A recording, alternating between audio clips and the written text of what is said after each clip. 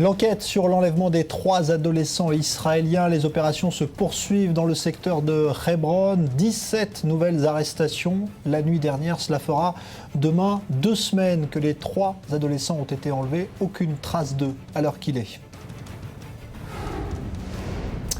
En Irak, les djihadistes poursuivent leurs offensives, dans l'Est notamment, alors que le Premier ministre chiite al-Maliki a refusé aujourd'hui l'idée américaine d'un gouvernement d'union nationale. On en reparle dans un instant. La Libye qui tente de sortir du chaos et de la violence, organisation d'élections législatives aujourd'hui, mais seulement dans les zones contrôlées par le pouvoir central de Tripoli.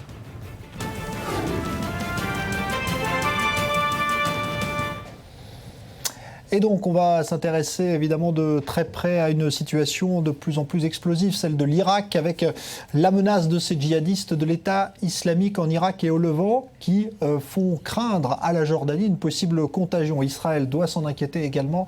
On va en parler avec nos experts. Bonsoir Jacques Neria, expert donc pour la sécurité sur le Moyen-Orient, et Alex Greenberg, bonsoir, spécialiste lui aussi du Moyen-Orient et de l'Iran et de l'Irak pour l'IDC, le centre interdisciplinaire d'Herzliya. Alors, Jacques Neria, c'est vrai que la Jordanie a renforcé sa surveillance, en tout cas à la frontière avec l'Irak, et la présence de son armée. Est-ce que pour vous, c'est une cible inscrite dans le calendrier, on va dire, de l'EIL? Tout à fait, tout à fait.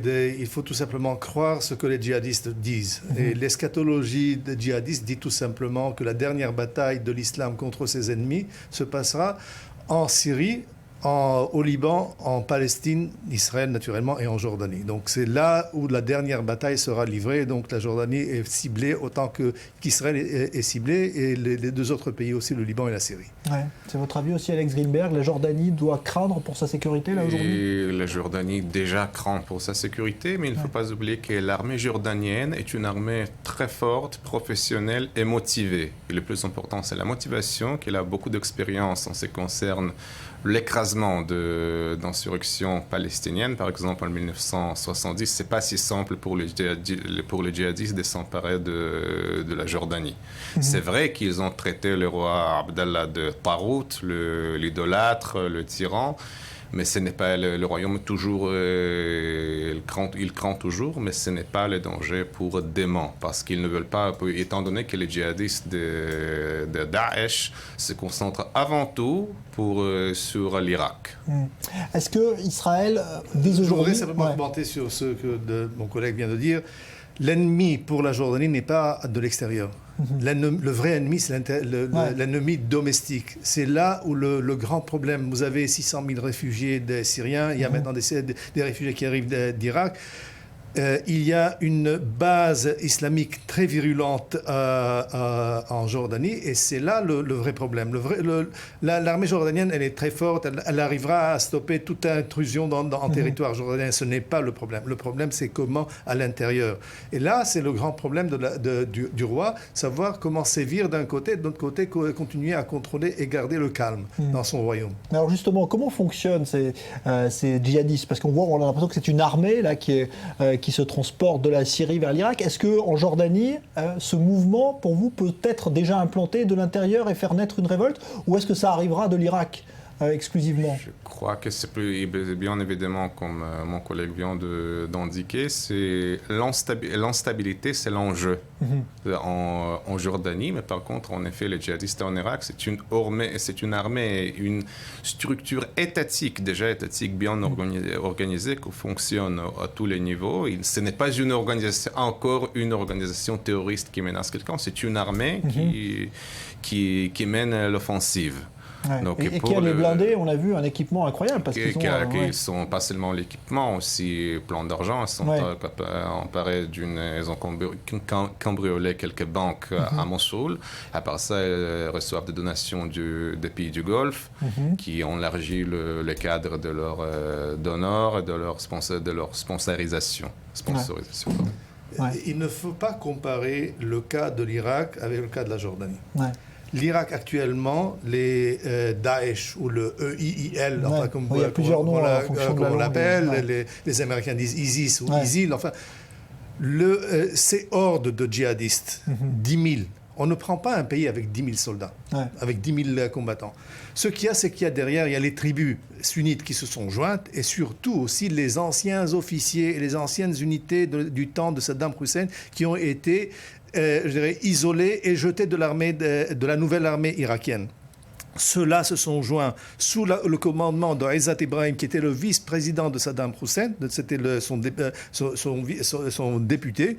Et là, je dirais, cet apport-là qui est professionnel, qui a permis à ces djihadistes de s'emparer de villes, à continuer d'une manière militaire d'attaquer par bataillon et non pas par des individus. Tout cela est différent. Donc en Jordanie, à la rigueur, on peut avoir quelque chose à l'intérieur, mais il faudra qu'il y ait un rapport direct entre les forces internes en Jordanie et ceux qui viendraient de l'extérieur, ce qui actuellement, ce n'est pas le cas. Alors, jusqu'à présent, il y avait aussi, en tout cas en Syrie, une fracture entre rebelles islamistes. Il y avait ceux d'Al-Nosra, d'Al-Qaïda qui se battaient contre ceux de l'EIL. Aujourd'hui, on a assisté à une espèce de fusion, ou en tout cas d'allégeance de ceux d'Al-Qaïda à ceux de l'EIL. Ça s'est passé dans une ville à la frontière entre l'Irak et la Syrie. Est-ce que ça, c'est un risque pour vous que, eh bien, pourquoi pas, ces rebelles s'allient finalement et deviennent encore plus forts avec ceux d'Al-Nosra, ou est-ce qu'il y a trop de différence entre eux? Je crois que c'est très dangereux de prophétiser, mais je crois qu'il y a de la force de ces conflits antestants entre eux, si fort que ça ne pose pas le danger permanent à court terme. En principe, ils peuvent s'unir, oui, mais c'est pas... Et étant donné que chacun de ces groupes poursuit ses intérêts locaux, et certes, ils ont l'idéologie djihadiste globale, certainement, bien sûr, mais étant donné que même au sein de ISIS ou Daesh, ce qui est le dominateur commun entre les anciens baassistes, les djihadistes, sont des Irakiens locaux. Et oui, il y a des djihadistes européens qui font le pèlerinage de djihad, le tourisme djihadique, mais quand même le noyau dur, c'est les Irakiens. Et à la lumière de ces faits, ils poursuivent leurs buts locaux, soit c'est l'établissement d'un État islamique, ce qu'ils font maintenant, etc. etc. Ouais. Donc, écoutez, la formation d'alliances est très précaire dans le contexte de ces organisations djihadistes. Je vous donnerai un exemple. Hier, une chambre d'opération a été mise sur pied aux alentours du Kalamoun, donc au sud-ouest de Damas, pour pouvoir gérer les combats contre l'armée de Bachar Assad. Combien d'organisations, toutes ces organisations se sont organisées pour travailler dans la même chambre d'opération. Combien d'organisations pensez-vous qui se sont prononcées? 27. 27 dans une petite région de rien du tout, dans un carré de 10 km², 27 organisations et chacune a une dénomination différente. Donc tout cela, c'est tout simplement contractuel. C'est quelque chose qui se passe sur le moment. Sur les grandes issues, sur les grands problèmes, Daesh et Nusra ne se rencontrent pas. Ouais. Donc il n'y a pas de risque de les voir fusionner complètement. Non, ils vont tout simplement harceler de part et d'autre le régime jusqu'à le faire tomber. Mais ça ne veut pas dire qu'ils vont travailler ensemble. Ouais. Ils se sont même entretués il y a juste quelques mois. Comment vous expliquez que la Jordanie, justement, tienne autant dans cette région? On a vu que le printemps arabe n'a quasiment pas ébranlé le régime. Qu'est-ce qui fait la force de la Jordanie? C'est quoi? C'est d'avoir de puissants alliés, des moyens, une armée bien équipée? Je crois que c'est tout à la fois, que surtout les services de sécurité jordaniens sont très forts et contrôlent les islamistes locaux s'il s'agit des frères musulmans, mais aussi les frères musulmans, la faction islamiste qui agit en Jordanie, elle est légalisée. Donc elle n'a pas, bien que l'opposition islamiste critique le roi, elle fait partie du Parlement et donc elle a beaucoup à perdre dans les cas où il essaie d'organiser une révolte contre le pouvoir. Ouais. Mais aussi, en effet, il y a dans les camps de réfugiés en Jordanie, il y a vraiment cette source d'instabilité parce qu'il s'agit aussi de pénuries, de gens qui ne sont pas maîtrisables. Ouais. Pour vous aussi, la Jordanie... La Jordanie est problématique. C'est un État artificiel qui a été créé en 1921. Il est basé sur une minorité de Bédouins qui ont prêté allégeance au roi. C'est une minorité qui règne sur une majorité de 70 à 80% de Palestiniens, de Palestiniens, et maintenant un apport d'étrangers. Je dirais, on peut comparer l'État de la Jordanie comme l'Égypte à l'époque de Moubarak ou comme l'Irak sous Maliki, et puis du coup, tout tombe. C'est un jeu de cartes qui tombe parce que à l'intérieur, c'est déjà miné. Ouais. Alors, je ne pousserai pas très loin pour vous dire que l'instabilité est extrême en Jordanie, mais elle est là. Ouais. Elle est là, il faut la prendre en considération et il faut en prendre compte aussi. Ouais. Est-ce qu'Israël... Je voudrais faire une remarque historique. Il faut se souvenir que dans les années 70, c'était clair pour tous ceux qui s'occupaient du Proche-Orient que le jour du roi Hussein sont comptés. Ouais. Voilà, Nasser, c'est le futur de l'Égypte et le roi Hussein a survécu tout le monde. Donc, bien sûr, le danger est là, mais justement, le royaume se rend compte de tous ces problèmes et de toutes ces faiblesses. C'est pour ça qu'il est plus fort, parce qu'il comprend les dangers. Ouais.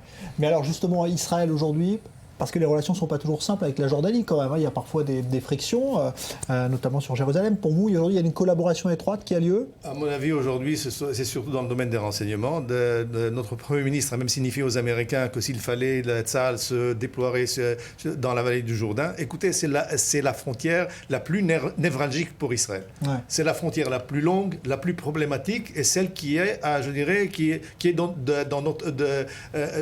je dirais... qui nous sert vers la mer.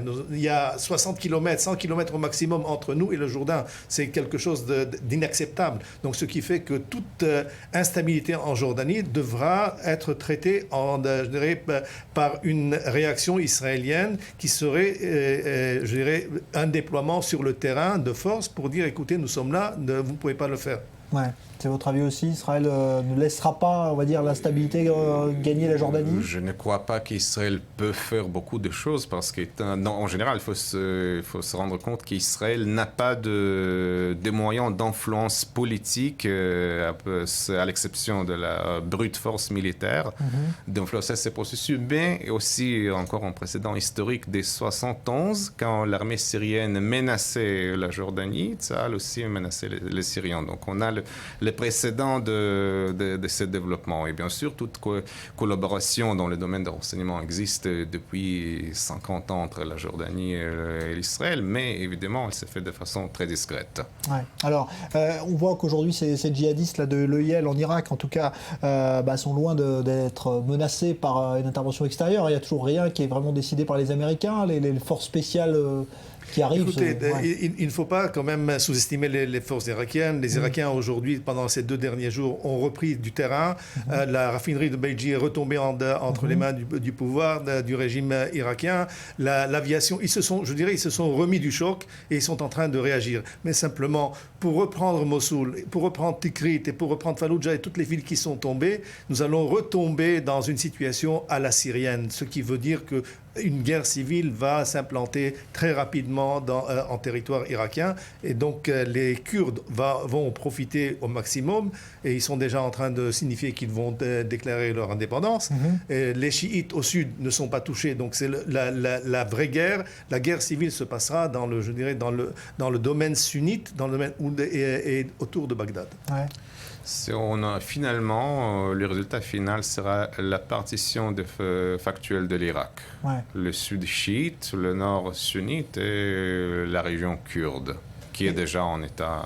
Et l'Iran, à votre avis, est en train de récupérer le sud? L'Iran a signifié aux djihadistes que s'ils s'approchaient de 100 km de leurs frontières, ils réagiraient. De toute façon, déjà, les bataillons iraniens sont sur place. Hier, les djihadistes ont capturé, je dirais, des 35 soldats iraniens sur le terrain. Donc, ils sont là présents, ils sont déjà présents. Les Iraniens peuvent être tentés par les Bassidj et autres d'aider les chiites et ils ont déjà déclaré ouvertement que les lieux saints du chiisme seraient protégés par l'Irak. Donc, on peut s'attendre à une intervention beaucoup plus massive, je dirais, des Iraniens sur place. Ouais. Et on a vu que la Syrie aussi avait bombardé aujourd'hui l'est de l'Irak, en tout cas là où se trouvent ces djihadistes. Donc la Syrie aussi peut... En territoire irakien, oui. Parce qu'effectivement, il n'y a plus de frontières. On parle de Syrie, de l'Irak, mais il n'existe plus. Il n'existe plus. Il y a un terrain entre Syrie et l'Irak qui est dominé par les djihadistes. Ce qui concerne l'Iran, l'Iran peut intervenir de façon plus massive, mais déclencher une nouvelle guerre par procuration ou directe sera très coûteux pour l'Iran, étant donné que l'Iran investit beaucoup déjà dans une guerre, dans la guerre de Syrie. Ouais. Bon, en tout cas, je crois que vous êtes tous d'accord pour dire que les frontières, telles qu'on les connaissait de ce Moyen-Orient, vont être redessinées durablement. Ça explique peut être enterré. Je dirais, ces deux gentlemen qui ont divisé le Moyen-Orient en fumant un cigare et en buvant du cognac, je dirais, ça a duré 100 ans et ça suffit. Voilà, donc là on suivra cela de très près. En tout cas, merci beaucoup Jacques Neria, merci beaucoup Alex Greenberg. Dans un instant, l'invité du Grand Direct entretien avec une personnalité politique américaine de premier plan. Restez avec nous.